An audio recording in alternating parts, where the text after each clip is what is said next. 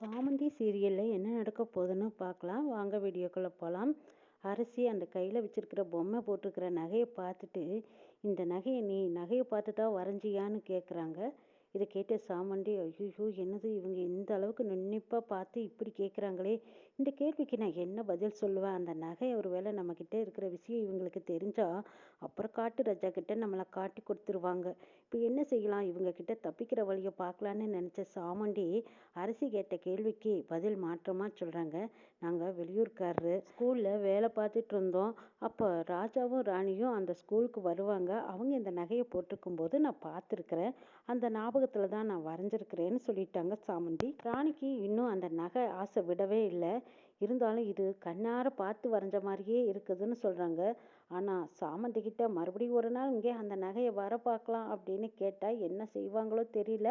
ஆனால் இப்போ எப்படியோ தப்பிச்சோங்கிற பேரில் அந்த நகையை நான் பார்த்த ஞாபகத்தில் தான் வரைஞ்சேன்னு சொல்லி சாதிச்சிட்டாங்க சாமந்தி. அப்போவும் அரசியோட சந்தேகம் தீரவே இல்லை. நீ இங்கேருந்து போகக்கூடாது அப்படின்னு சொன்னதுனால திரும்பவும் செண்பகமும் சாமந்தியும் இங்கே தான் தங்கணும்னு சொல்லிடுறாங்க. இதுக்கப்புறம் மறுக்க முடியாத சாமந்தி, சரி நம்ம கொஞ்ச நாள் இங்கேயே இருக்கலாம் அப்படின்ட்டு செண்பகத்தை கூட்டிகிட்டு போய் சாமந்தியும் செண்பகமும் இருக்காங்க. சாமந்திக்கு பெரிய அதிர்ச்சி. ராணி கொடுத்த நகையை இந்த புடவையில தானே சுற்றி வச்சு நம்ம எடுத்துகிட்டு போனோம். ஹாலில் அவங்க எல்லா துணியும் கலைச்சி பார்க்கும்போது அந்த நகையை காணுமே, அது எங்கே போயிருக்கும்? ஐயோ ஒரு வேளை அவங்க வீசினதில் அந்த நகை எங்கேயாவது சந்து பொந்தில் விழுந்திருக்குமா அப்படின்னு சந்தேகப்பட்ட சாமந்தி போய் அங்கே இங்கே தேடி பார்க்குறாங்க. அவங்க தேடுறதுக்குள்ளேயா ஒருத்தர் மாற்றி ஒருத்தர் வந்து நிற்கிறாங்க. இங்கே என்ன பண்ணுற அப்படின்னு வந்து ஈஸ்வரி வந்து கேட்குறாங்க. அது ஒன்றும் இல்லை, நான் இங்கே எல்லாமே க்ளீன் பண்ணிகிட்ருக்கேன். ஏன் உங்களுக்கு என்ன பிரச்சனை? உங்கள் வேலையை பாருங்கங்கிறாங்க. இல்லை நீ ஏதோ தேடுற மாதிரி இருக்குது, எனக்கு இன்னும் உன் மேலே இன்னும் சந்தேகம் தீரவே இல்லைங்கிறாங்க. சரி இந்த அம்மா முன்னாடி வந்து இப்படி நம்ம நிற்கிறோமே, என்ன செய்யறது? சரி சமாளிக்கலான்னு நினச்ச சாமண்டி அந்த பக்கம் போகிறாங்க. நம்ம அந்த நகையை தேடும்போது யாரோ ஒருத்தர் வந்துடுறாங்க. அது எங்கே தான் போயிருக்குமோ தெரியல அப்படின்ட்டு கவலையோடு இருக்காங்க சாமண்டி. இங்கே தீக்ஷா வர்றாங்க. வந்ததும் ஆதவனை பார்க்குறாங்க. மாமா மாமா நானே உங்களோட இன்னைக்கு ஆஃபீஸ்க்கு வரட்டுமான்னு கேட்குறாங்க. அப்போ ஆதவன் முடிஞ்ச வரைக்கும் தவிர்க்கிறாங்க. அப்போ கோடீஸ்வரன் வந்துட்டு, என்ன மாப்பிள்ளை, என் பொண்ணை நீங்கள் கூட்டிகிட்டு போனேன் என்ன தப்பு? இன்னைக்கு இல்லாட்டி என்னைக்கு வந்தாலும் அவள் ஆஃபீஸ் எல்லாம் பார்க்கத்தானே போகணும். அதனால நீங்கள் இன்றைக்கே கூட்டிகிட்டு போங்க அப்படின்னு சொன்னதுக்கப்புறம் அரசி எதுவும் பேசாமல் நிற்கிறத பார்த்துட்டு வேறு வழியே இல்லாமல் ஆதவன் தீக்ஷாவை கூட்டிகிட்டு போகிறாங்க. தீக்ஷா போகிற வழியிலேயே ஆதவனோட சேர்ந்து செல்ஃபி எடுத்துக்கணும்னு ஆசைப்பட்றாங்க. செல்ஃபி எடுத்து உடனே இதை ரோஜாவுக்கு அனுப்பி ஆகணும். அவள் தான் என் முன்னாடி வந்து மாமாவை தொட்டு தொட்டு பேசுகிறா. அவளுக்கு நல்லா ஒரு பாடம் புகட்டணும். மாமா எனக்கு மட்டும்தான் சொந்தங்கிறத காட்டிக்கணும்னு நினச்ச தீக்ஷா ஆதவனும் தீக்ஷாவும் இருக்கிற மாதிரி ஒரு ஃபோட்டோவை எடுத்து ரோஜாவுக்கு அனுப்புகிறாங்க. ரோஜா ஆதவன் வரட்டுன்னு காத்திருந்து ஆதவன் கூட ஒரு செல்ஃபி எடுத்துக்கிறாங்க ரோஜா. அப்போது இதை பார்த்த தீக்ஷா ரொம்பவே டென்ஷன் ஆகுறாங்க. ஓஹோ, என் மாமா கூட நீ ஒரு வேலைக்காரியாக நின்று நீ ஃபோட்டோ எடுத்துட்டு எனக்கே வெறுப்பேற்றுறியா? இது இப்படியே விட மாட்டேன்டி, இன்னோட ஆசை எதுவும் நடக்காது அப்படின்னு நினச்சிட்டு இருக்காங்க. ரோஜா ஆதவன் 2 பேரும் எடுத்துக்கிட்ட ஃபோட்டோவை இன்னொருத்தரோட ஃபோன் வாங்கி 2 பேர்த்துக்கும் ஜோடி பொருத்தம் சூப்பர்னு சொல்லி பாராட்டி எழுதுகிற மாதிரி எழுதி அனுப்புகிறாங்க. இதை பார்த்த தீக்ஷா இன்னும் டென்ஷன் ஆகுறாங்க. இவங்க 2 பேரும் எடுத்துக்கிட்ட ஃபோட்டோவை மற்றவங்க பார்த்துட்டு கமெண்ட் பண்ணுறாங்களே, இது நம்மளுக்கு ரொம்பவே எரிச்சல் கொடுக்குது. கூடிய சீக்கிரம் மாமாவை கல்யாணம் பண்ணிக்கிட்டு அப்போ முதல் வேலையை இவளை வெளியே அனுப்பணும் அப்படின்னு நினச்சிட்டு இருக்காங்க தீக்ஷா. இங்கே ரோஜா நினைக்கிறாங்க, இதுக்கப்புறமும் நீ இன்னும் ஆதவனை நினைக்கிறது பெரிய தப்பு. ஆதவனை எப்படி வளைச்சி பிடிக்கணுமோ அப்படி வளைச்சி நான் அவரை கல்யாணம் பண்ணிக்குவேன். நீ அப்படி ஓரங்கட்டி தான் நிற்கணும் அப்படிங்கிற மாதிரி ரோஜா அப்படி சோர்ஸாக பார்த்துட்டு போகிறாங்க. தீக்ஷாவை வெறுப்பேற்றுற மாதிரி ரோஜா நடந்துக்கிறாங்க. தீக்ஷாவுக்கு சரியான கோவம் இருக்கட்டும், முதல்ல இதை போய் அப்பா கிட்ட சொல்லி வைக்கணும், இவ்வளோ வேலையை விட்டு தூக்கணும் அப்படின்னு நினச்சிட்டு இருக்காங்க. வீட்டில் சாமி படத்துக்கு போகிறதுக்காக சாமந்தி பூ வாங்கி வச்சுருப்பாங்க. அதை பார்த்து அர்ஜுன் வந்ததும், என்னது சாமந்தி பூவா? இதுதான் நம்ம சாமந்திக்கு பிடிக்கும்னு சொன்னாலே, அதனால தான் வாங்கியிருப்பா போல இருக்குது. சரி நம்மளும் பூ கட்டி கொடுக்கலாம், நம்ம மேலே கோவம் இல்லைன்னா இந்த பூவை சாமந்தியே வச்சுக்கிட்டோம் அப்படின்னு நினச்ச அர்ஜுன் வந்து, என்ன சாமந்தி பூ வாங்கியிருக்கியா? இதை நான் உனக்கு கட்டி கொடுப்பேன், நீ வச்சுக்கோங்கிறாங்க. அப்போ சாமந்தி எதுவும் பேசாமல் இருக்கிறத பார்த்துட்டு, நீ இன்னும் என் மேலே கோவமாக இருக்கேன்னு எனக்கு நல்லா தெரியுது. நான் செஞ்சதுக்கான தப்புக்கு தான் உங்ககிட்ட மன்னிப்பு கேட்டுட்டுனால. இன்னொரு விஷயம் என்னன்னு கேட்டால், நீ கொடுத்த பொம்மையை அழகாக அம்மாவுக்கு பிடிச்ச மாதிரி நீ வரைஞ்சிருந்தியா? அம்மாவும் அதை பாராட்டி பேசுனதுனால அப்படி அதை சந்தோஷத்தில் நான் உணர்ச்சி வசப்பட்டு உன்னை ஓடி வந்ததும் கட்டி பிடிச்சிட்டேன். தப்பாக நினச்சிக்காத.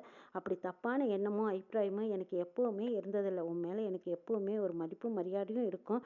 நீ என்னை புரிஞ்சுக்கோ அப்படின்னு சொல்லி கெஞ்சி கேட்குறாங்க அர்ஜுன். இதை பேசாமல் அமைதியாக கேட்டுட்டு இருந்த சாமந்திக்கு அந்த நகை எங்கே போயிருக்கும் அப்படிங்கிற ஒரு எண்ணத்திலேயே இருக்காங்களே தவிர இப்போ அர்ஜுன் பேசுனது கூட அவங்க காதில் விழலை.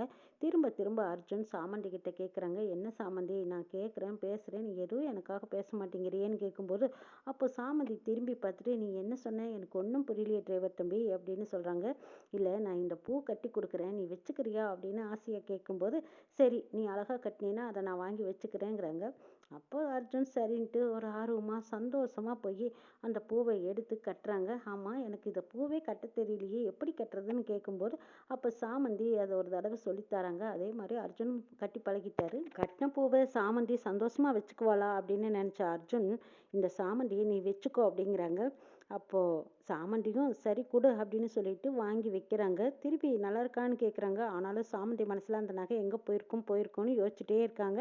இங்கே அர்ஜுன் பார்த்துட்டு, அப்பாடா எப்படியோ நான் கட்டின பூவை வாங்கி வச்சிட்டா, அப்போ இன்னும் என் மேலே கோவமில்லை எதுவும் இல்லை, இப்போதான் சந்தோஷமாக இருக்குது அப்படின்ட்டு மறுபடியும் அவங்கள அட்ஜஸ்ட் பண்ணி வச்சுக்க சொல்கிறாங்க.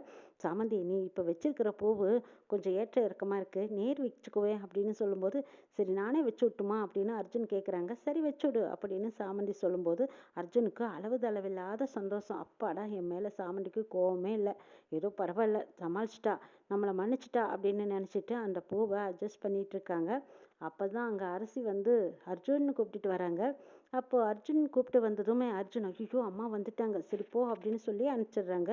சாமந்தியும் அந்த ராஜா ராணி ஒருத்த நகை மேலேயே கவனமாக இருக்காங்க.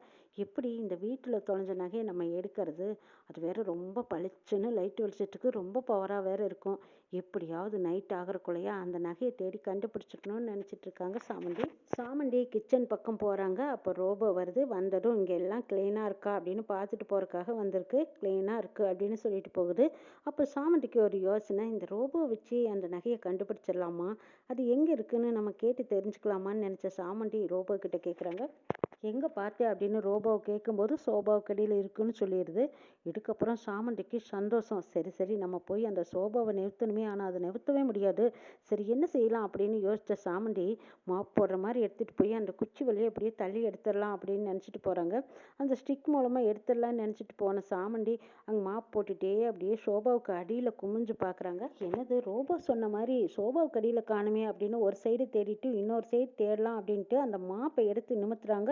கரெக்டாக பின்னாடியே அரசி வந்து நின்னதை கவனிக்காத சாமந்தி அந்த மாப்போட குச்சியில் எப்படியோ ஸ்டிக்கில் இடிச்சிடுறாங்க. அதுக்கு அரசிக்கு வந்ததே கோபம்.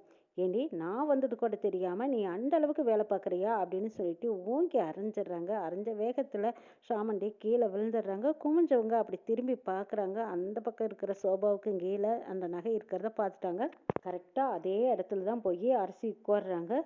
ஐயோ, இவங்க இருக்கும்போது அந்த நகையை எப்படி எடுக்கிறது, சரி இவங்க கிளம்பட்டும் அப்புறமா எடுத்துக்கலான்னு நினச்சிட்டு இருப்பாங்க. அங்கே தான் மகேந்திரனும் அவங்க அம்மாவும் வராங்க. வந்ததுக்கப்புறம் அந்த நகையை பற்றியும் அந்த ராஜா ராணியை பற்றியும் பேசிகிட்டு இருக்காங்க. அவங்க சொன்னதை கேட்டதும் அரசிக்கு நகை மேலே மோகம் அதிகமாயிடுச்சு.